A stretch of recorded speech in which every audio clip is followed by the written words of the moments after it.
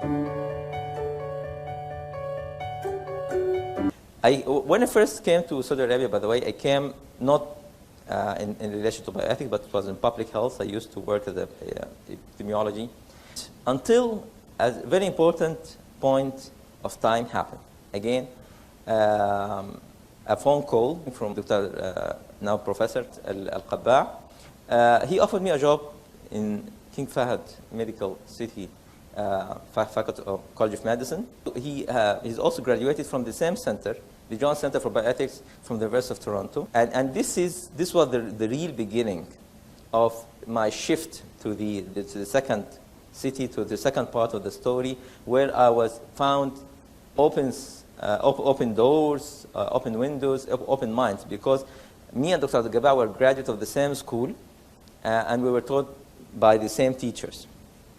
And this was a real chance, because basically we were talking the same language, we were reading the same book, and basically on the same page of the same book.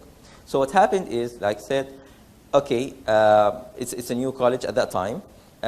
We have established a department for biomedical ethics, and I assume this was one of the first departments for biomedical ethics as such.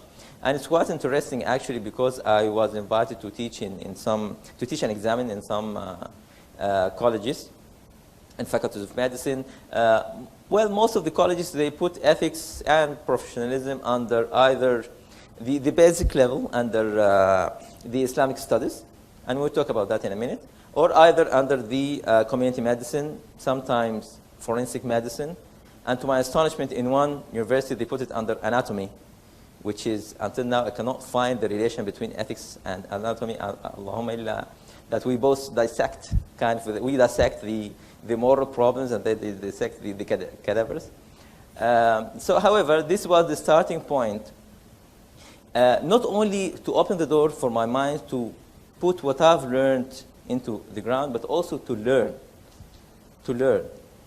What I found here, and the starting point, and I think this is part of the messages that I want to convey to you today. If we want to make a change, it's always important to know what's going on, to know where the gaps are, and then provide your help. And I think this one of my mistakes that I've done when I came back from Canada, because I offered my help without exactly knowing what the people need, and the more importantly, how do they need it.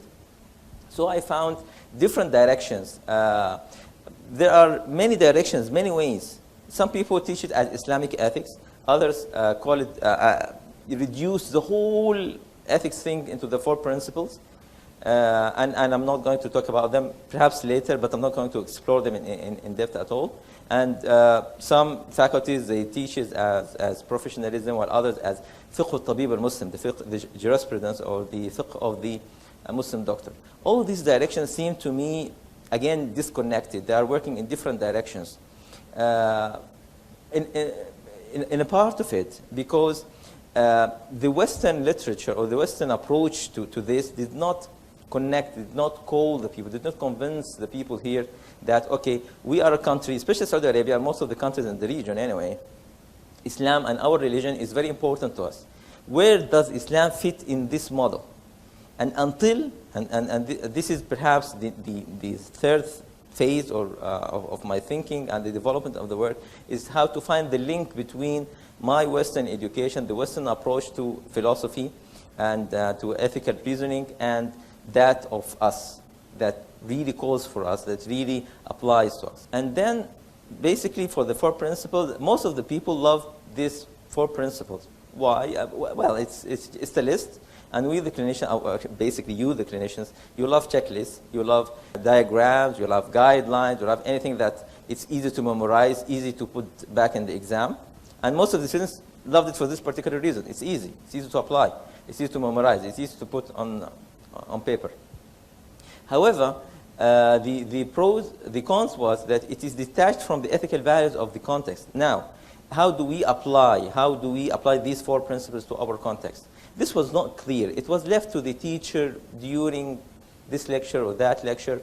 And the issue is, and I have to be honest here, that most of the people who teach ethics are not aware of the philosophical background of what's going on. For example, the 4 principles, although they are referred to Beauchamp and Chartres, the 2 American philosophers, but it was a development of a very long debate that took, I would say, almost 20 years or 30 years by now in the American society. It was preceded by the Belmont Report, for example, which was preceded by the Tuskegee, the infamous Tuskegee, etc. So it has a history. These 4 principles and other approaches as well, they reflect their community.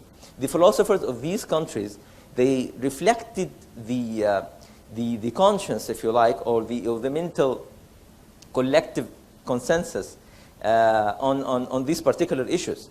So for them, it makes sense. But when we apply them in a very abstract way and put them on the ground and teach them to our students, and I think we're not being fair, not to these principles, not to our students as well.